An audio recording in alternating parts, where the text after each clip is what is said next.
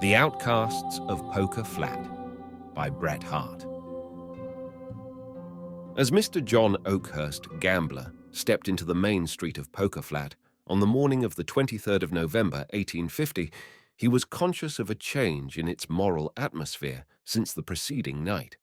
2 or 3 men, conversing earnestly together, ceased as he approached and exchanged significant glances. There was a Sabbath lull in the air which, in a settlement unused to Sabbath influences, looked ominous. Mr. Oakhurst's calm, handsome face betrayed small concern in these indications. Whether he was conscious of any predisposing cause was another question. "I reckon they're after somebody," he reflected. "Likely it's me." He returned to his pocket the handkerchief with which he had been whipping away the red dust of Poker Flat from his neat boots, and quietly discharged his mind of any further conjecture. In point of fact, Poker Flat was after somebody. It had lately suffered the loss of several $1,000s, 2 valuable horses, and a prominent citizen. It was experiencing a spasm of virtuous reaction, quite as lawless and ungovernable as any of the acts that had provoked it. A secret committee had determined to rid the town of all improper persons. This was done permanently in regard of 2 men who were then hanging from the boughs of a sycamore in the gulch, and temporarily in the banishment of certain other objectionable characters. I regret to say that some of these were ladies. It is but due to the sex, however, to state that their impropriety was professional, and it was only in such easily established standards of evil that Poker Flat ventured to sit in judgment. Mr. Oakhurst was right in supposing that he was included in this category. A few of the committee had urged hanging him as a possible example and a sure method of reimbursing themselves from his pockets of the sums he had won from them. "It's agin justice," said Jim Wheeler, "to let this your young man from Roaring Camp, an entire stranger, carry away our money." But a crude sentiment of equity residing in the breasts of those who had been fortunate enough to win from Mr. Oakhurst overruled this narrower local prejudice. Mr. Oakhurst received his sentence with philosophic calmness, none the less coolly that he was aware of the hesitation of his judges. He was too much of a gambler not to accept fate. With him, life was at best an uncertain game, and he recognized the usual percentage in favor of the dealer. A body of armed men accompanied the deported wickedness of Poker Flat to the outskirts of the settlement. Besides Mr. Oakhurst, who was known to be a coolly desperate man, and for whose intimidation the armed escort was intended, the expatriated party consisted of a young woman familiarly known as the Duchess, another who had won the title of Mother Shipton, and Uncle Billy, a suspected sluice robber and confirmed drunkard. The cavalcade provoked no comments from the spectators, nor was any word uttered by the escort. Only, when the gulch which marked the uttermost limit of Poker Flat was reached, the leader spoke briefly and to the point. The exiles were forbidden to return at the peril of their lives. As the escort disappeared, their pent-up feelings found vent in a few hysterical tears from the Duchess, some bad language from Mother Shipton, and a Parthian volley of expletives from Uncle Billy. The philosophic Oakhurst alone remained silent. He listened calmly to Mother Shipton's desire to cut somebody's heart out, to the repeated statements of the Duchess that she would die in the road, and to the alarming oaths that seemed to be bumped out of Uncle Billy as he rode forward. With the easy good humor characteristic of his class, he insisted upon exchanging his own riding horse, 5 Spot, for the sorry mule which the Duchess rode. But even this act did not draw the party into any closer sympathy. The young woman readjusted her somewhat draggled plumes with a feeble, faded coquetry. Mother Shipton eyed the possessor of 5 Spot with malevolence, and Uncle Billy included the whole party in one sweeping anathema. The road to Sandy Bar, a camp that, not having as yet experienced the regenerating influences of Poker Flat, consequently seemed to offer some invitation to the emigrants, lay over a steep mountain range. It was distant a day's severe travel. In that advanced season, the party soon passed out of the moist, temperate regions of the foothills into the dry, cold, bracing air of the Sierras. The trail was narrow and difficult, At noon, the Duchess, rolling out of her saddle upon the ground, declared her intention of going no farther, and the party halted. The spot was singularly wild and impressive. A wooded amphitheatre, surrounded on three sides by precipitous cliffs of naked granite, sloped gently toward the crest of another precipice that overlooked the valley. It was, undoubtedly, the most suitable spot for a camp had camping been advisable. But Mr. Oakhurst knew that scarcely half the journey to Sandy Bar was accomplished, and the party were not equipped or provisioned for delay. This fact he pointed out to his companions curtly, with a philosophic commentary on the folly of throwing up their hand before the game was played out. But they were furnished with liquor, which in this emergency stood them in place of food, fuel, rest, and prescience. In spite of his remonstrances, it was not long before they were more or less under its influence. Uncle Billy passed rapidly from a bellicose state into one of stupor. The Duchess became maudlin, and Mother Shipton snored. Mr. Oakhurst alone remained erect, leaning against a rock, calmly surveying them. Mr. Oakhurst did not drink. It interfered with a profession which required coolness, impassiveness, and presence of mind, and, in his own language, he couldn't afford it.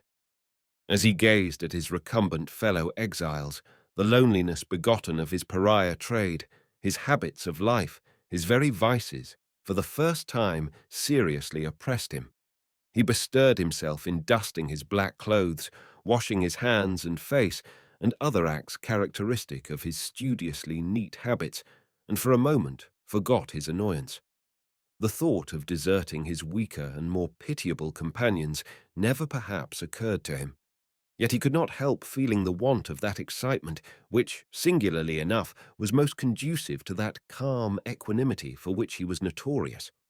He looked at the gloomy walls that rose 1,000 feet sheer above the circling pines around him, at the sky, ominously clouded, at the valley below, already deepening into shadow. And doing so, suddenly he heard his own name called. A horseman slowly ascended the trail. In the fresh, open face of the newcomer, Mr. Oakhurst recognized Tom Simpson, otherwise known as the Innocent of Sandy Bar. He had met him some months before over a little game, and had, with perfect equanimity, won the entire fortune, amounting to some $40, of that guileless youth. After the game was finished, Mr. Oakhurst drew the youthful speculator behind the door, and thus addressed him. "Tommy, you're a good little man, but you can't gamble worth a cent. Don't try it over again." He then handed him his money back, pushed him gently from the room, and so made a devoted slave of Tom Simpson. There was a remembrance of this in his boyish and enthusiastic greeting of Mr. Oakhurst. He had started, he said, to go to Poker Flat to seek his fortune. Alone? No, not exactly alone. In fact, a giggle, he had run away with Piney Woods. Didn't Mr. Oakhurst remember Piney? She that used to wait on the table at the Temperance House. They had been engaged a long time, but old Jake Woods had objected, and so they had run away and were going to Poker Flat to be married. And here they were. And they were tired out, and how lucky it was they had found a place to camp and company.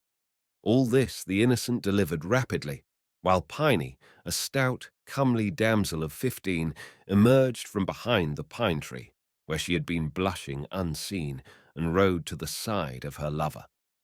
Mr. Oakhurst seldom troubled himself with sentiment, still less with propriety, but he had a vague idea that the situation was not fortunate. He retained, however, his presence of mind sufficiently to kick Uncle Billy, who was about to say something, and Uncle Billy was sober enough to recognize in Mr. Oakhurst's kick a superior power that would not bear trifling. He then endeavored to dissuade Tom Simpson from delaying further, but in vain. He even pointed out the fact that there was no provision, nor means of making a camp. But, unluckily, the Innocent met this objection by assuring the party that he was provided with an extra mule loaded with provisions, and by the discovery of a rude attempt at a log house near the trail. "Piney can stay with Mrs. Oakhurst," said the Innocent, pointing to the Duchess, "and I can shift for myself." Nothing but Mr. Oakhurst's admonishing foot saved Uncle Billy from bursting into a roar of laughter. As it was, he felt compelled to retire up the canyon until he could recover his gravity. There he confided the joke to the tall pine trees with many slaps of his leg, contortions of his face, and the usual profanity. But when he returned to the party, he found them seated by a fire, for the air had grown strangely chill and the sky overcast, in apparently amicable conversation. Piney was actually talking in an impulsive, girlish fashion to the Duchess, who was listening with an interest and animation she had not shown for many days. The innocent was holding forth, apparently with equal effect, to Mr. Oakhurst and Mother Shipton, who was actually relaxing into amiability. "Is this year a damn picnic?" said Uncle Billy with inward scorn as he surveyed the sylvan group, the glancing firelight, and the tethered animals in the foreground. Suddenly, an idea mingled with the alcoholic fumes that disturbed his brain. It was apparently of a jocular nature, for he felt impelled to slap his leg again and cram his fist into his mouth. As the shadows crept slowly up the mountain, a slight breeze rocked the tops of the pine trees and moaned through their long and gloomy aisles. The ruined cabin, patched and covered with pine boughs, was set apart for the ladies. As the lovers parted, they unaffectedly exchanged a kiss, so honest and sincere that it might have been heard above the swaying pines.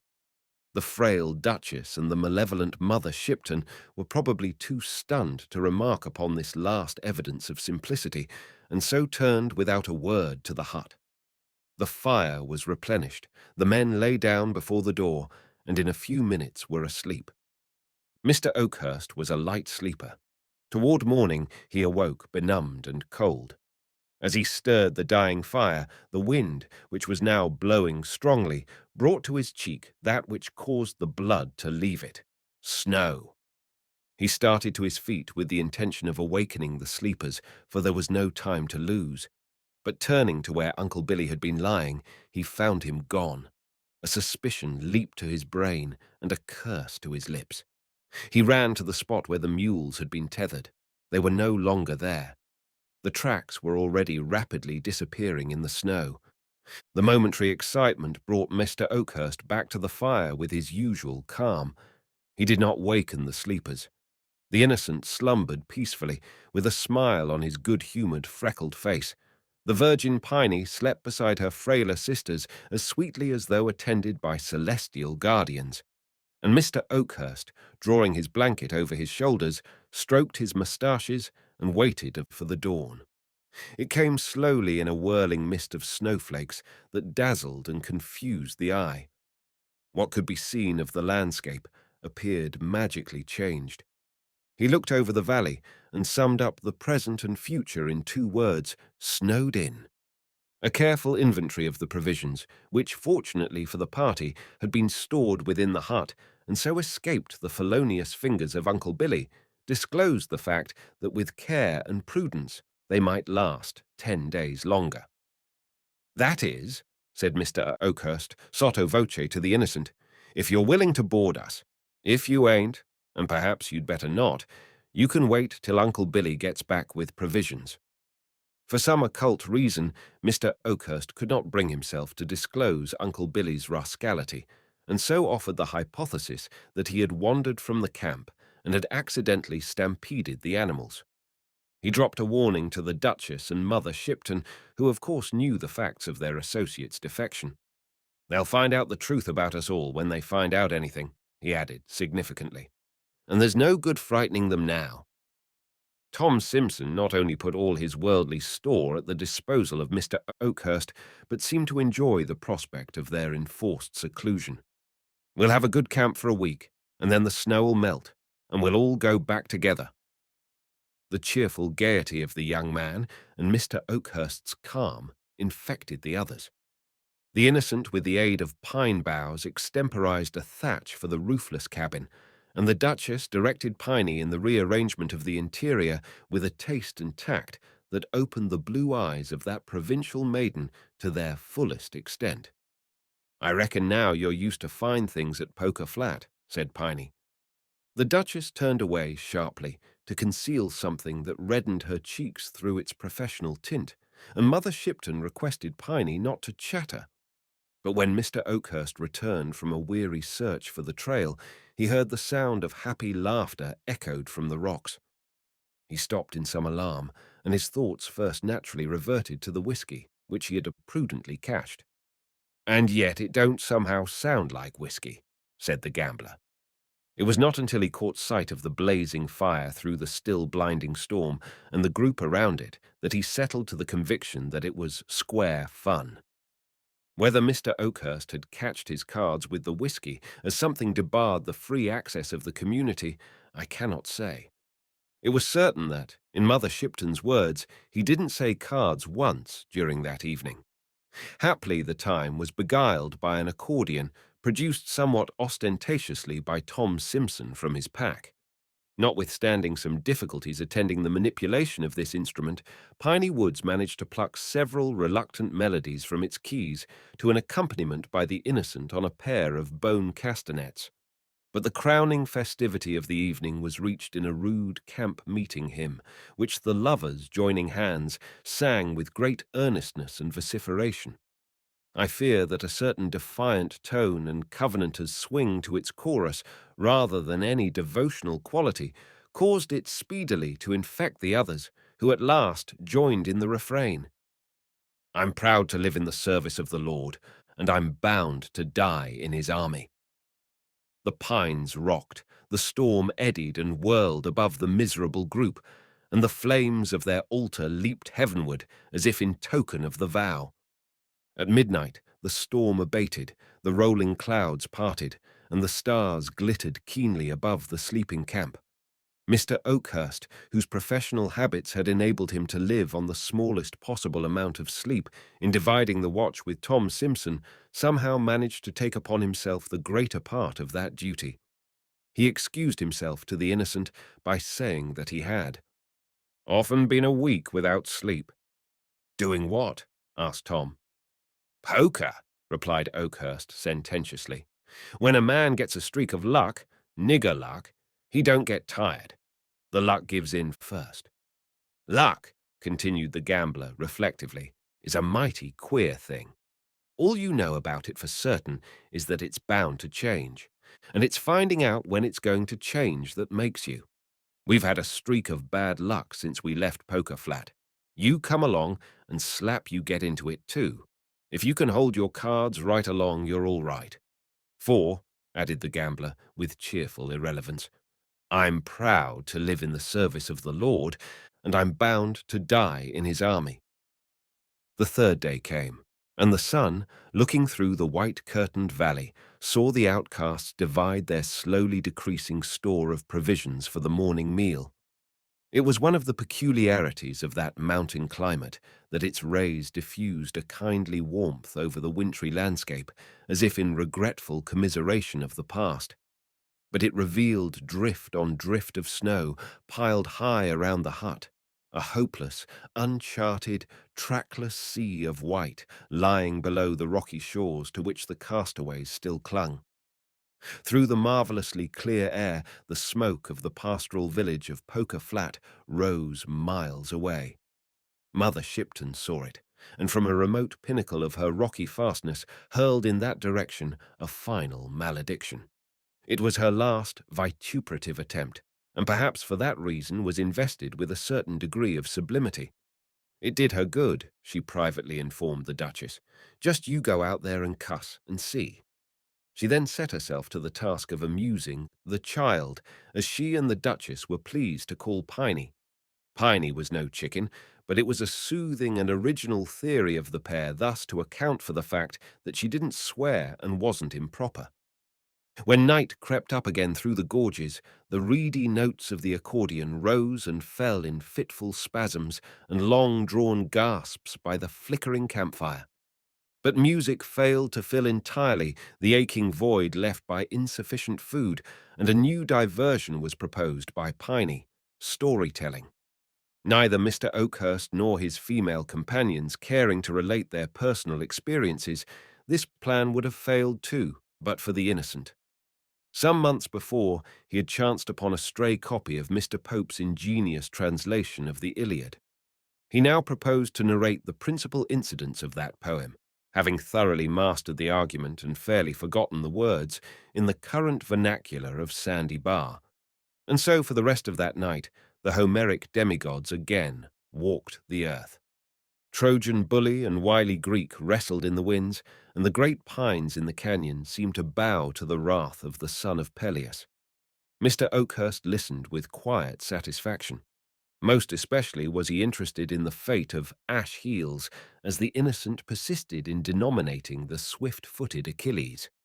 So with small food and much of Homer and the accordion, a week passed over the heads of the outcasts. The sun again forsook them, and again from leaden skies the snowflakes were sifted over the land. Day by day, closer around them, drew the snowy circle, until at last they looked from their prison over drifted walls of dazzling white that towered 20 feet above their heads. It became more and more difficult to replenish their fires, even from the fallen trees beside them, now half hidden in the drifts. And yet no one complained. The lovers turned from the dreary prospect and looked into each other's eyes and were happy. Mr. Oakhurst settled himself coolly to the losing game before him. The Duchess, more cheerful than she had been, assumed the care of Piney. Only Mother Shipton, once the strongest of the party, seemed to sicken and fade. At midnight on the 10th day, she called Oakhurst to her side. "I'm going," she said, in a voice of querulous weakness. "But don't say anything about it. Don't waken the kids. Take the bundle from under my head and open it." Mr. Oakhurst did so. It contained Mother Shipton's rations for the last week, untouched. "Give 'em to the child," she said, pointing to the sleeping Piney. "You've starved yourself," said the gambler. "That's what they call it," said the woman querulously, as she lay down again and, turning her face to the wall, passed quietly away. The accordion and the bones were put aside that day, and Homer was forgotten. When the body of Mother Shipton had been committed to the snow, Mr. Oakhurst took the innocent aside and showed him a pair of snowshoes, which he had fashioned from the old pack saddle. "There's one chance in 100 to save her yet," he said, pointing to Piney. "But it's there," he added, pointing toward Poker Flat. "If you can reach there in 2 days, she's safe." "And you?" asked Tom Simpson. "I'll stay here," was the curt reply. The lovers parted with a long embrace. "You are not going too," said the Duchess, as she saw Mr. Oakhurst apparently waiting to accompany him. "As far as the canyon," he replied. He turned suddenly and kissed the Duchess, leaving her pallid face aflame and her trembling limbs rigid with amazement. Night came, but not Mr. Oakhurst. It brought the storm again and the whirling snow. Then the Duchess, feeding the fire, found that someone had quietly piled beside the hut enough fuel to last a few days longer. The tears rose to her eyes, but she hid them from Piney. The women slept but little.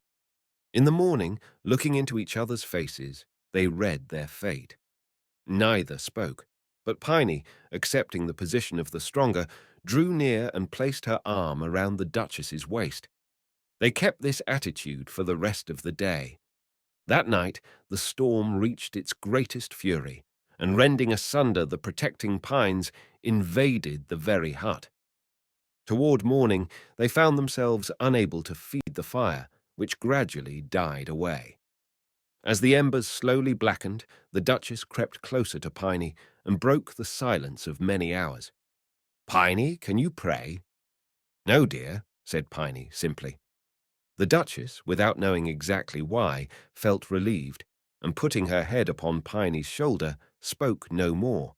And so, reclining, the younger and purer pillowing the head of her soiled sister upon her virgin breast, they fell asleep. The wind lulled as if it feared to waken them.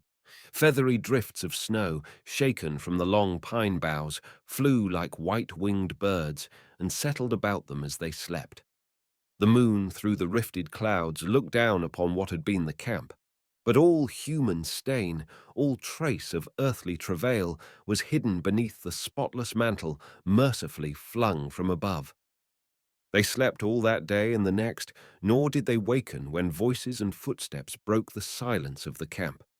And when pitying fingers brushed the snow from their wan faces, you could scarcely have told from the equal peace that dwelt upon them which was she that had sinned.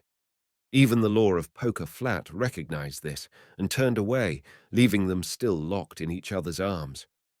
But at the head of the gulch, on one of the largest pine trees, they found the deuce of clubs pinned to the bark with a bowie knife. It bore the following, written in pencil, in a firm hand. Beneath this tree lies the body of John Oakhurst, who struck a streak of bad luck on the 23d of November 1850 and handed in his checks on the 7th of December 1850. And pulseless and cold, with a derringer by his side and a bullet in his heart, though still calm as in life, beneath the snow lay he who was at once the strongest and yet the weakest of the outcasts of Poker Flat.